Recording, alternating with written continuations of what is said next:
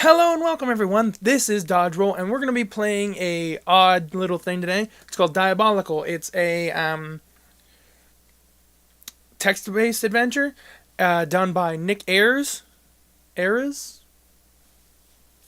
I played a little bit of it. It's actually like really cool, and I really wanted to share it with you guys.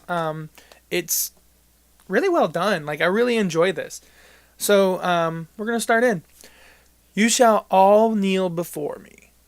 The opulent, massive stained glass window overlooking the majestic lobby of Merritt City First Financial Bank has a long and storied history, full of romance, dust, and a great deal of banking.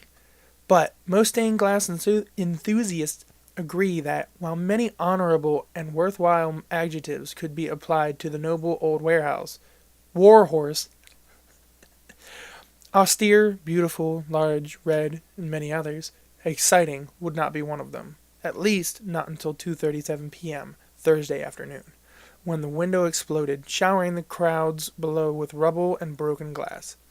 The window did this with its normal dedication to a job well and thoroughly done, aided in its performance by the high-intensity directed plasma charges that had, until only moments before, been lining its frame. The force of their detonation transformed the handiwork of the artisan Joseph Bromson, 1881 to 1937, from a stately statement on the majesty of wealth into a vibrant rainbow of tiny, very sharp fragments of glass. From the right perspective, that is, not cowering on the floor of a bank, deafened by a massive explosion, or watching from the outside, detonator in hand and earplugs in ear.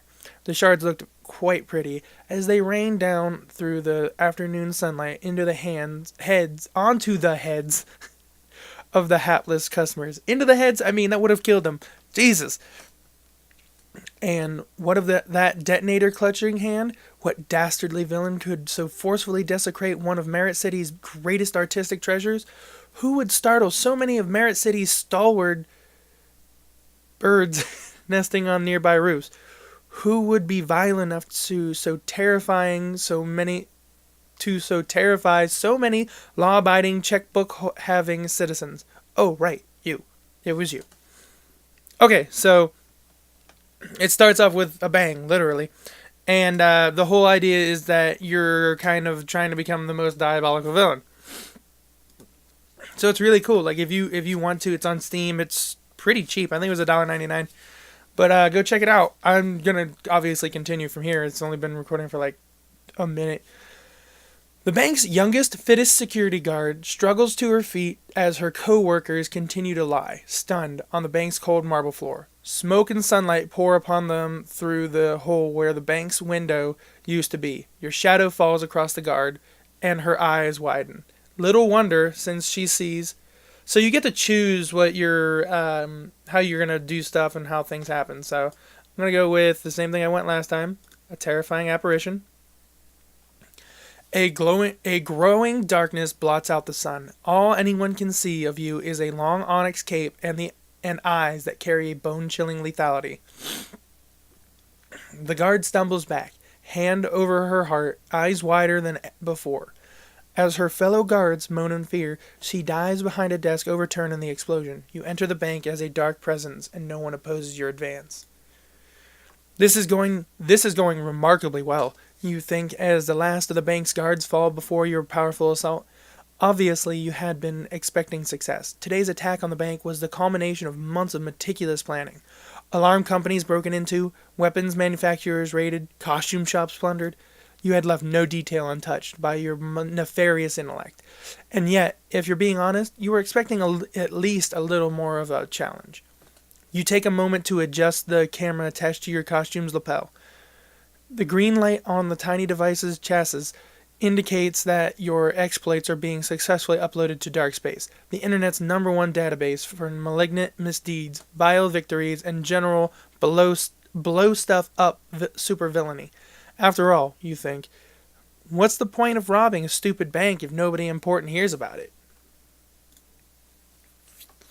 In fact, it's probably time to do something to make an impression on the wider supervillainy community, considering that more and more rookies have been getting into the game in the last few years, inspired by the likes of murderous Dr. Arachnus or the twisted, mysterious Nautilus. You're going to have to do something if you want to stand out. What to choose? I'm going to show off my power. You drop a smoke bomb, quickly obscuring the already hazy light in the bank lobby. As your camera records, you duck in and out of visibility. Tensions run higher and higher as terror spreads among the guards. One fires his weapon, aiming nowhere near you and inciting even greater panic. Your laughter echoes through the lobby, followed by the quiet but distinctive sound of several grown adults losing control of their bladders. You smile to yourself at a job well done. I mean, we're just kicking ass. You quickly identify the bank manager hiding behind his desk in the bank's back office. He offers little resistance as you drag him towards the bank's massive vault.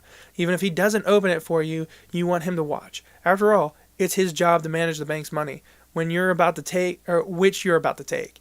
You pull out a rubber stamper you had made for situations just like this. Conveniently, he had a stamp pad on his desk. You press your stamper into the ink, then stamp the manager's forehead with the red word fail. He's actually crying a little, and there's a slimy fluid dribbling out of his nose. You try not to get any of it on your costume. Now, how to get the vault open. I'm just going to tick my way in.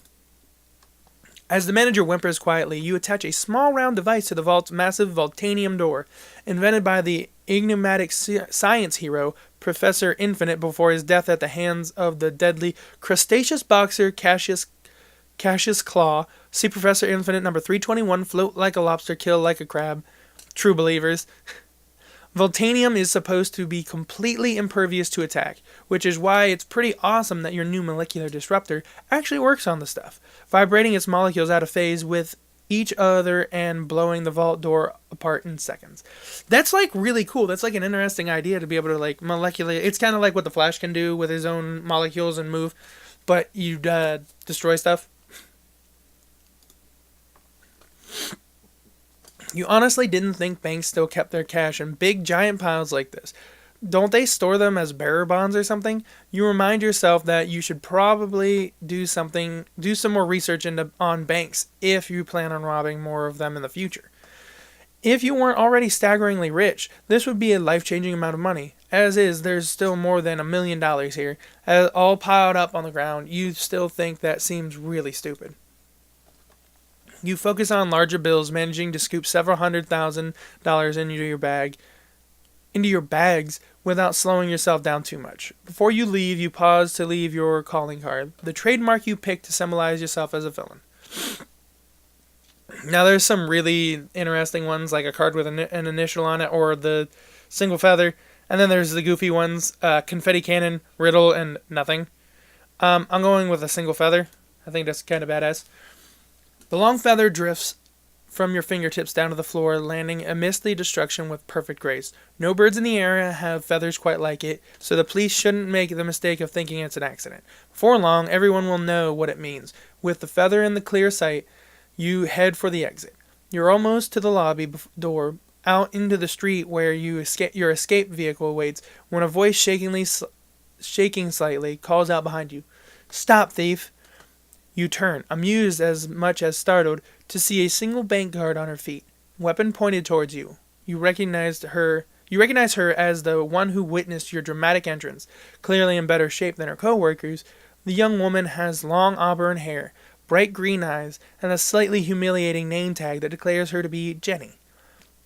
Despite her obvious fear, her gun doesn't waver as it aims directly at your chest. This is a tense, dangerous situation. Now, in all likelihood, your armor will be able to deflect the bullet's path, but it'll still hurt like hell if she shoots you, and it might gum up your getaway plans. You're left with a few choices. We're knocking her out. You're a thief, not a murderer. With a quick move, you spin, blinding the guard with your cape. One dropped smoke bomb later, and you're out the bank door, leaving the confused woman, but not, of course, the money behind. I thought I knocked her out. You're walking out of the bank into the pleasant April sun, flushed with the feeling of a robbery well done, when something explodes behind your eyes. It doesn't hurt exactly, but it is amazingly unpleasant. Like your entire head is under an incredible pressure. Suddenly, looming over the young you is a man you have seen many times before on the nightly news, usually accompanied by the words tragedy, massacre, and body count. His head is entirely bald, with a long, hawkish nose and cruel, beady eyes. The upper half of his body is clad in a strange mixture of lab coat and military uniform with wide, flaring shoulders. The lower half is a mechanical monstrosity, a spider-like abomination crafted from metal and wire. The man towers above you, his face holding the same expression of murderous contempt that it held in the most famous photograph of your generation. The photograph of this man standing in the Oval Office, murdering a seated American president, a selfish act of evil, the first step in an unknown plot, a personal grudge. No one knows why he did it, and no one is going to ask. This is Dr. Arachnus. Okay, so I'm going to leave it here. If you guys actually do kind of dig this, because I really do, I'm going to keep playing this regardless. Let me know, because I am more than willing to read all this out and like have you guys make the decisions on some of these. So until next time, stay safe, and as always, dodge roll. He wants to play with my ball sack because I'm gonna fucking teabag her this time. We're gonna do a new game. We're not gonna do none of that shit where it continues after the clock is going by, because I think that's where I got fucked last time. So let's continue on.